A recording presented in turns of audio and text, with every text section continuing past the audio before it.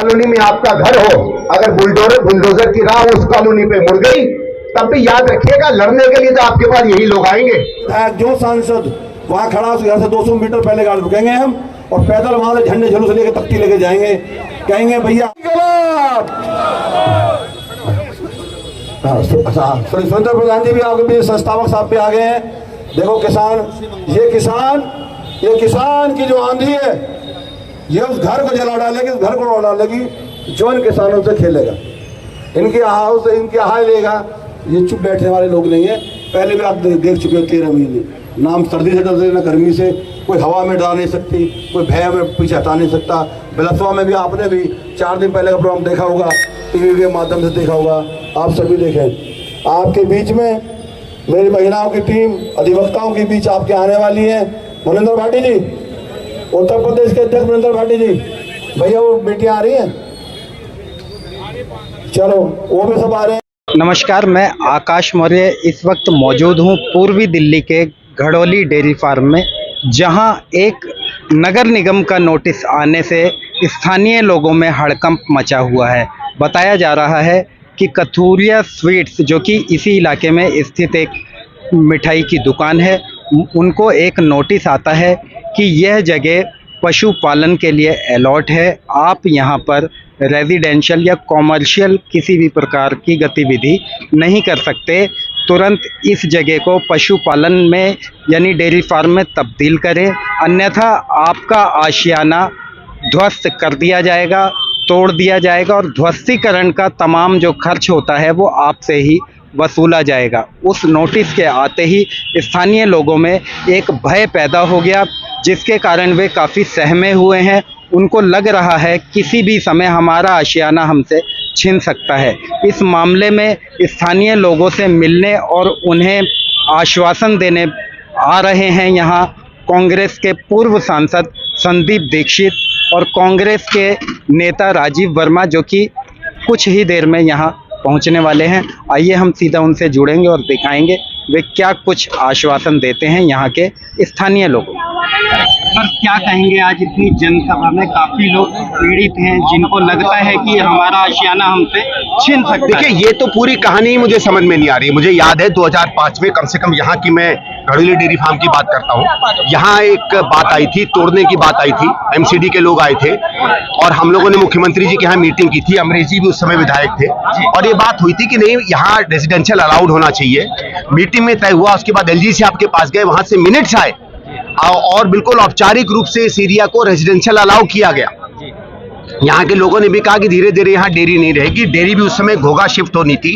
लेकिन मैं एक और चीज बात बताऊं, आपके अभी एक साथी ने बताया, उस समय भी घोघा डेयरी में कोई ऐसा इंतजाम नहीं था कि डेयरी वाला वहां मूव कर सके। मैं आपको ऑफिशियली बता रहा हूं कि मुख्यमंत्री जी को घोघा में बुलाया गया था नई घोघा डेयरी का इनॉग्रेशन करने के लिए। मैडम जब वहां पहुंची, मेरा इलाका था कोई नरेला के बिल्कुल बॉर्डर पर वो थी, तो उस समय नरेला भी ईस्ट दिल्ली का हिस्सा हुआ करता था। हम लोग के बीच में खलबड़ी मच गई क्योंकि सीएम साहब ने कहा मैं तो इसे इनॉग्रेट नहीं करूंगी क्योंकि आधा बना, ये क्या बकवास बना है।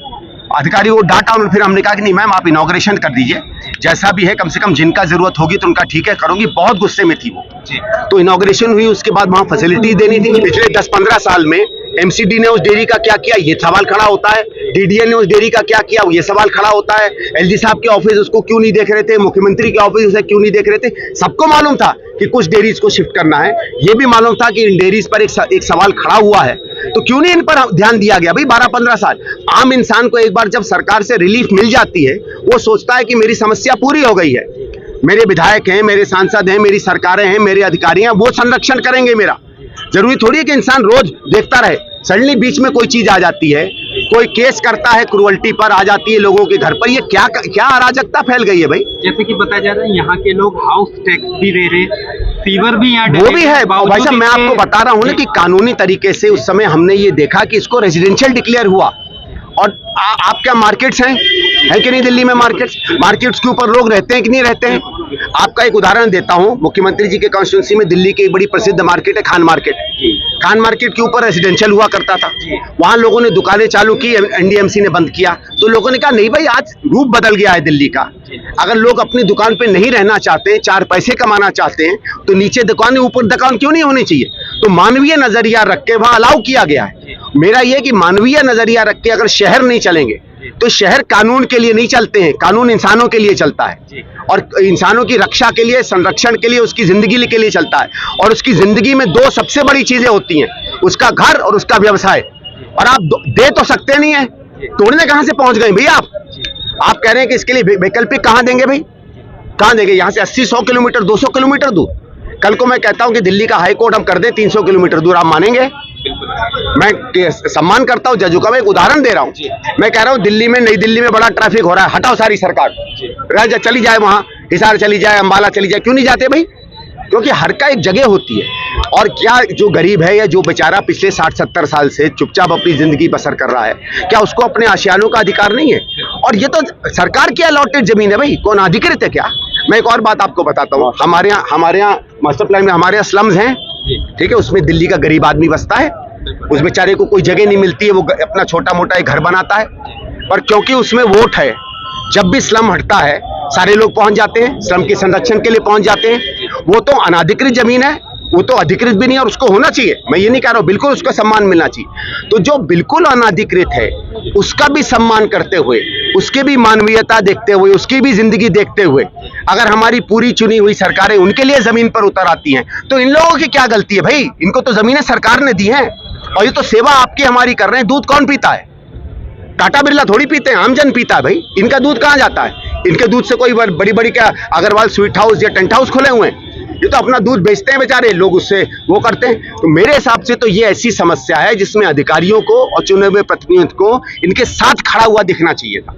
आज कोर्ट में अगर किसी को लड़ाई लड़नी चाहिए थी तो सरकार को लड़नी चाहिए थी। जब दिल्ली में सीएनजी बसों में बसें बंद हो रही थी तो बस के लोग लड़ाई लड़ रहे थे या दिल्ली सरकार लड़ाई लड़ रही थी? दिल्ली सरकार लड़ाई लड़ रही थी। जब सीलिंग हुआ था और दुकानें बंद हो रही थी तो फ्रंट में दिल्ली सरकार, भारत सरकार खड़ी थी या दुकानदार खड़े थे? हम लोग खड़े थे भाई, चुने हुए प्रतिनिधि खड़े थे, अमरीश जी खड़े थे, मैं खड़े थे, मुख्यमंत्री हमारे खड़ी थी, हमारे वो जयपाल रेड्डी जी मंत्री थे, वो खड़े थे सामने। हमें चुना इसलिए जाता है कि दुख दर्द में और जब अन्याय हो तो हम वहां जाके खड़े हों और यथासंभव कोशिश करें। कभी हो सकता है 80% लड़ाई जीतेंगे, कभी 50% जीतेंगे, कभी 60% जीतेंगे, कभी समय निकालकर हम आगे कोई सहूलियत ले लेंगे। लेकिन अगर आप घर बैठकर सिर्फ एक दूसरे पर उंगली उठाते रहेंगे तो मरेगी केवल जनता। जैसा कि अभी अपने संबोधन में आपने पानी का जिक्र किया था, शुद्ध पानी नहीं है। काफी जगह देखा जा रहा है इसी इलाके में लोग नाले का पानी पीने को मजबूर है, जो टोटी में आ रहा है। वो तो है ही ना, वो इसलिए आएगा ना। क्यों? देखिए क्या है, एक व्यवस्था जब बनती है, व्यवस्था के लिए पैसा खर्च होता है, उसके लिए आयोजन नियोजन होता है, उसके लिए काम किया जाता है। आज जल बोर्ड हमारा 72 या 73 हजार करोड़ के घाटे पे चल रहा है। ठीक है साहब, आप फ्री फंड दीजिए, आपको सहूलियत है, आपको वोट के लिए चीजें फ्री देनी है, दीजिए। लेकिन फिर पैसा कौन लगाएगा भाई? मेरे पास अगर घर में 10 रुपया आता है और मैं 7 रुपए सिर्फ फोकट में खर्च कर दूं और 4 रुपए की जरूरत हो और 3 ही रुपए मेरे पास हो, तो 1 रुपया कहां से आएगा? इसका मतलब है कल को अगर दरवाजा बनाना होगा वो काम नहीं होगा, पंखा खराब हो जाएगा, मैं पंखा लगा नहीं पाऊंगा, बिजली का बिल मैं नहीं दे पाऊंगा, धीरे धीरे मेरा घर जो है टूट मूट के चरमरा जाएगा। भले मेरे बच्चे मेरा जय जयकार करें क्योंकि 7 रुपए का पॉकेट मनी दे रहा हूं। तो गंभीरता से सरकार तो तब चलती है जब राजनीति के वोट के ऊपर आप विकास के लिए भी कभी सोचते हैं। आज जल बोर्ड का ये हाल हो गया है कि हमारी, आप कहे कुछ भी दें, पाइपलाइनें नहीं बदल पा रही हैं। हम लोगों के समय सुएज लाइनें और पाइपलाइनों के बीच में जो दिक्कतें आती थी वो रोजमर्रा की चलते चली आ रही हैं। आपके पानी ट्रीटमेंट ही नहीं हो पा रहा, कहां कैसे नहीं जहरीला पानी आएगा भाई साहब? खुद जल बोर्ड के अपने हैं कि 95% हमारे सैंपल फेल कर गए, 95%। और पानी जो है वो ऐसी चीज है जो सबसे ज्यादा खतरनाक होती है, सीधे जाके आपकी किडनी खराब करती है, आपके खून में बढ़ जाती है। आप समझ लीजिए पैर से लेके सर तक अगर कोई चीज घूमती है तो पानी घूमता है। हवा फिर भी हम कंट्रोल कर सकते हैं, दूध थोड़ा खराब हो, खाना थोड़ा खराब हो, फिर भी आदमी दवाई से कर सकता है। अगर पानी खराब होगा तो हमारी तो जिंदगी दूभर हो जाएगी ना। लेकिन उसकी कभी कोई चिंता देखी है? कभी कोई चिंता नहीं देखी। वो तो अच्छा है कि पराली नहीं दिख गई इनको पानी में, नहीं तो पानी गंदगी होने के लिए भी पंजाब की पराली पर दोष डाल देते। क्योंकि हमारे यहाँ तो आदत पड़ गई ना, किसी पे उंगली उठा दो। क्योंकि लोगों, मैं आग्रह भी करता हूँ जनता को, लोगों को, हमारे समय में मुझे याद है जरा से कभी 2 घंटे पानी कम हो जाता था या कहाँ सैंपल खराब हो जाता था, आफत हो जाती थी मेरी। मुझे एक बार याद है, कहाँ अल्लाह कॉलोनी, कहाँ हम लोग गए थे, याद है अमरीश जी? मुल्ला कॉलोनी लोग हमारे ऊपर पड़ गए थे, बोतलें हिला रहे थे कि ये देखो हाल है पानी का, और उनका अधिकार है। और जब उन्होंने वो पानी दिखाया तो भाग्य से मेरे साथ जल बोर्ड के अधिकारी करे थे, मैंने कहा ये क्या है? कहने का साहब मुझे 4 दिन का टाइम दीजिए। 4 दिन का टाइम दिया, मुझे याद है 2 दिन में मुझे बुलाया, टोटी खोली, उसी में से साफ पानी आ रहा था। तो ऐसा नहीं कि अधिकारी काम नहीं करेगा, पर अगर आप अधिकारी से काम करवाएंगे तो अधिकारी काम करेगा। मुझे ये याद है कि जब एनिमल प्रोटेक्शन एक्ट आया था, जिसके अंदर सपेरों का या ये बंदर रखने वालों का या भालू रखने वालों की आजीविका ऊपर प्रहार पड़ा था, उनको में सरकार का ये कानून में है कि सरकार पहले उनको वैकल्पिक आजीवन देगी, ऐसे नहीं उनको हटा देगी। अब तो वो चल रहा है, जंगल राज चल रहा है, किसी को भी हटा दो, अरे आप वैकल्पिक कुछ तो दो। और जिस आदमी ने पूरी जिंदगी केवल गाय का पालन किया, वो क्या सीख लेगा 40 की उम्र में भाई, 50 की उम्र में IIT चला जाएगा, वो प्लम्बर बनेगा, इलेक्ट्रिशियन बनेगा 50 की उम्र में, क्या करेगा वो? आप या तो उसको वैकल्पिक व्यवस्था दीजिए, रोज आप हर चीज फ्री करते हैं तो कम से कम उन बेचारों को कुछ पेंशन ही बांध दीजिए, कुछ तो मदद करिए उनकी। लेकिन अगर आपको ये लगता है कि 11 डेयरियों में वोट नहीं है, इसके लोग असर नहीं कर सकते, तो भूल जाइए, एक ही गरीब की आह बहुत होती है और ये बहुत सादे लोग हैं, अगर आह इनकी लग गई तो सरकारें बर्बाद हो जाएंगी। Thank you sir. आदरणीय संदीप दीक्षित जी हमारे बीच में आए हैं, उन्होंने अपनी तरफ से भी स्पष्ट कर दिया है। हमारे प्रधानों, जो डेयरी कॉलोनी के प्रधान आए हैं, उन्होंने भी जो मांग की है उससे भी स्पष्ट हो गया है। हम तो यही कहना चाहेंगे सरकार से कि आप कानून बनाइए, अगर आप ऐसी पॉलिसी लाए हैं कि इनको हटाया जाए तो कानून बनाइए। उनको बेरोजगारी से कैसे मुक्त करोगे, उनको रोजगार कैसे दोगे, उनके घर कैसे बचेंगे, ये आपको कानून लाना है। क्या लगता है इनको? खून पसीने की कमाई से लोगों ने घर बनाए हैं, उनके बाल बच्चे इन मकानों में रह रहे हैं। डेयरी रह रही थी, डेयरी आप बंद कर दिए हैं। आप उनको कोई वैकल्पिक व्यवस्था कीजिए, जैसा संदीप दीक्षित जी ने कहा, उनको आप कोई ना कोई रोजगार के साधन दीजिए। किस तरह से उनको मदद करोगे ये बताइए। पार्टी की ओर से क्या आश्वासन दिया गया? हमारा आश्वासन ये है, हम अंतिम श्वास तक इन लोगों की लड़ाई लड़ेंगे और अगर गवर्नमेंट गिराने आएगी तो हमारी छाती पे से बुलडोजर गुजरेगा, हम टूटने नहीं देंगे, हम लोगों के साथ खड़े हैं, इनके साथ अन्याय नहीं होने देंगे। क्या कहना चाहेंगे? लोगों का आशियाना छीनने का प्रयास किया जा रहा है या कोई और राजनीति? देखिए, आज आपने देखा होगा कि जिस तरीके की तमाम दिल्ली के 11 डेयरी कॉलोनियों के लोग यहाँ आज आए, एक महापंचायत के रूप में उन लोगों ने अपना विश्वास जताया है कि जिस तरीके से दिल्ली के अंदर मनमानी तरीके से सरकार ने गलत तरीके से पॉलिसी न बनाकर, पॉलिसी की बार बार सरकार बात करती है, जिस पॉलिसी के तहत ये कहते हैं कि हम इन्हें बचा रहे हैं, उसी पॉलिसी के तहत उजाड़ने का काम करते हैं। अगर मैं घड़ौली डेयरी कॉलोनी की बात करूं तो आप देखिए, यहाँ वेटनरी डिपार्टमेंट हाई कोर्ट का हवाला लेकर के नोटिस देता है लोगों को। हमारा सवाल उसी से है कि वेटनरी डिपार्टमेंट ने हमारे इन तमाम लोगों से एफिडेविट ले लिए थे कि आप यहाँ कैटल नहीं रखेंगे। अरे एक तरफ तो पशुओं को हटाने के लिए हमसे एफिडेविट लेते हैं, दूसरी तरफ आप हमें नोटिस देते हैं। तो समझ नहीं आ रहा है किस तरह का माहौल ये बनाना चाहते हैं और ये क्या कहना चाहते हैं। इसलिए तमाम लोगों ने, हमने कहा, दिल्ली के अंदर 11 डेयरी कॉलोनियों में घड़ौली डेयरी कॉलोनी एक ऐसी कॉलोनी है जिसको आवासीय पहले घोषित कर दिया गया था। यहाँ पर आप देखिए, सीवर की लाइन डली हुई है, पानी की लाइन डली हुई है, और तो और IGL गैस की पाइपलाइन डली हुई है, हाउस टैक्स हम पे करते हैं। जब हम सारी सुविधाएं ले रहे हैं और हम कहते हैं सरकार से हमसे डेवलपमेंट चार्ज ले लीजिए, तो क्या आपत्ति होने जो आज वो नोटिस, और ये नोटिस भी जिस तरीके से कुछ लोग गुमराह करके माननीय कोर्ट को गुमराह करके, अधिकारी MCD के कुछ भ्रष्ट लोग वो ये काम कर रहे हैं। तो हम आपके माध्यम से आज इस महापंचायत ने ऐलान किया कि घड़ौली डेयरी कॉलोनी को आधार बना के हम दिल्ली के सभी डेयरी कॉलोनियों को पास कराने की मांग करते हैं। आज ये महापंचायत और पंचायत में ये फैसला हुआ, जिसमें हमारे पूर्व सांसद संदीप दीक्षित जी, हमारे यहाँ के पूर्व विधायक अमरीश गौतम जी, लक्ष्मण रावत जी जिला अध्यक्ष, तमाम वो, और उनके अलावा तमाम दिल्ली के डेयरी कॉलोनी के 11 कॉलोनियों के 11 जनप्रतिनिधि, उनके प्रधान और तमाम लोग आज यहाँ आए। पूरी दिल्ली के तमाम लोगों ने आज फैसला ये किया मिलकर के कि संघर्ष चाहे कितना भी लंबा चले, हम इसे पीछे हटने वाले नहीं है। सरकार को हम समझाना चाहते हैं, केवल हमें पॉलिसी बनाने की बात है, पॉलिसी को इम्प्लीमेंट करने की बात है, उस पॉलिसी को इम्प्लीमेंट किया जाए। जो लोग इस प्रकार से गुमराह करने का काम कर रहे हैं, उनकी मंशा क्या होता है?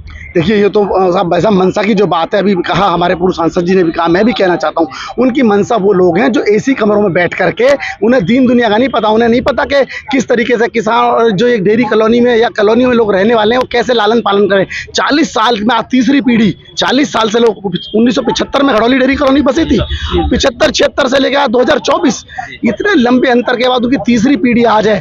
क्या उन्होंने गुनाह कर दिया? अगर उनके बच्चे परिवार बड़े हुए हैं तो एक कमरे से 2 कमरा या 1 मंजिल लेंटर डाल दी तो क्या गुनाह कर दिया? आज ये लोग, कुछ लोग मिलकर के, अधिकारी मिलकर के और सरकार के लोगों को मिलकर के, सरकार के लोग उसमें शामिल है और कोर्ट को गुमराह करने का काम करते हैं। इसलिए आज हम सब ने कहा है कि माननीय कोर्ट इस बात का संज्ञान ले और जो इसमें लिप्त अधिकारी हैं उनको इसमें दोषी और अधिकारियों के खिलाफ सख्त से सख्त कानूनी कार्रवाई की जाए और इन गरीब लोगों को राहत दी जाए। ये जो नोटिस दिया गया है ये किस विभाग से दिया गया है? माननीय अदालत से। देखिए, ये वेटनरी डिपार्टमेंट से नोटिस दिया, जबकि वेटनरी डिपार्टमेंट ने हमसे एफिडेविट लिए हैं कि आप यहाँ कैटल न रखें। एक तरफ तो वो डिपार्टमेंट हमसे कहता है कि आप यहाँ पशु ना रखें और दूसरी तरफ वो हमें हाईकोर्ट का हवाला देकर नोटिस देता है। तो आखिर इनकी मंशा क्या, यही तो समझ नहीं आ रहा। कहीं ना कहीं अधिकारी इसमें लिप्त है और कोर्ट को गुमराह कर रहे हैं।